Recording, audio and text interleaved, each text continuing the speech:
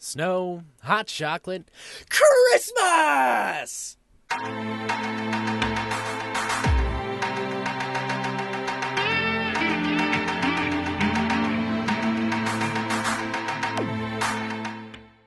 Hello interwebs, I'm Eric and welcome to my Looney Month of Reviews. My hot chocolate's warm, except it's a Slurpee. So I guess I'm gonna craft some theories formed from Hearths warming Eve.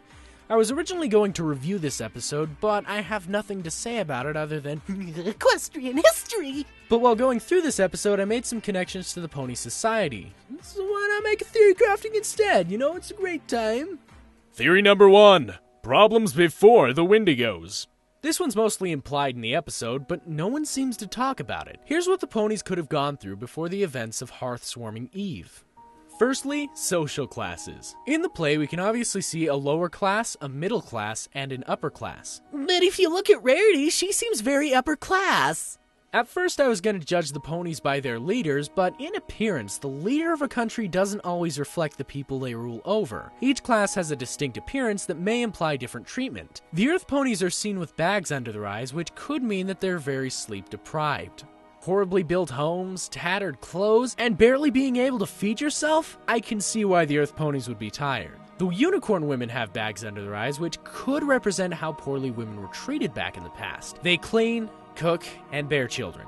Not anymore, but in human history, that's just the way things were. Another reason they could have these bags is because they handled the day and night cycle. By using their magic to that extent, it left them very drained and tired.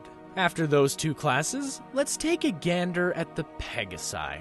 I can't see why they wouldn't be upper class. Nice clothing, no bags, and their hair seems in better condition when compared to the other two classes. That and why would Dr. Hooves pick to be in the Pegasi stand as opposed to any of the others? I mean, he's one that likes upper class. So perhaps with these different classes, there could have been different treatments.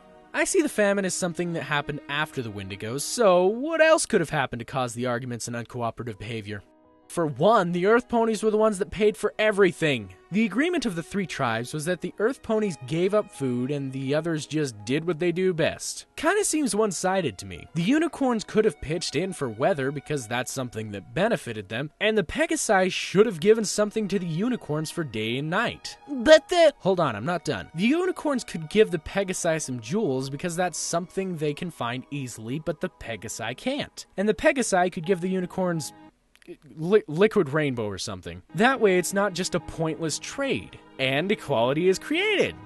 But as the play tells us, that's not what happened, so the Earth Ponies must have felt some resentment towards the other two tribes. That would lead to some disagreements, then the Wendigos come along and it's just a big mess from there. Theory number 2. Ponies connect to human history. Behind all the vibrant colors and the stunning animation, there are human beings making this show. Seeing some themes from our lives are bound to happen. This one, I don't think even the writers noticed. Before the events of Hearthswarming Eve, there had to have been a lot of conflict that led up to the breaking point. This play is like showing us the assassination of Archduke Ferdinand.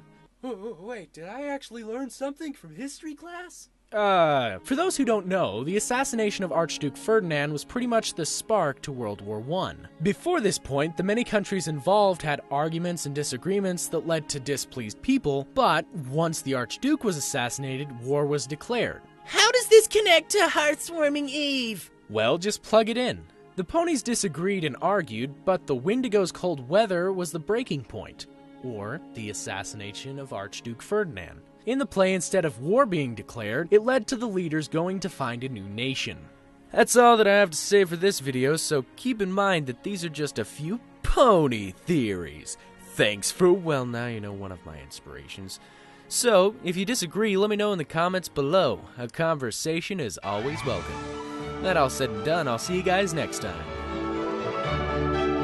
The fire of friendship lives in our hearts. As long as it burns, we cannot drift apart. Though quarrels arise, their numbers are few. Laughter and singing will see us through. We'll see us through. We are a circle of pony friends. A circle of friends will be to the very end.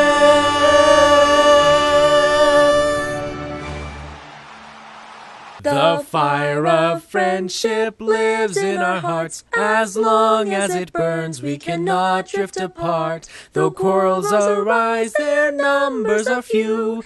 Laughter and singing will see us through.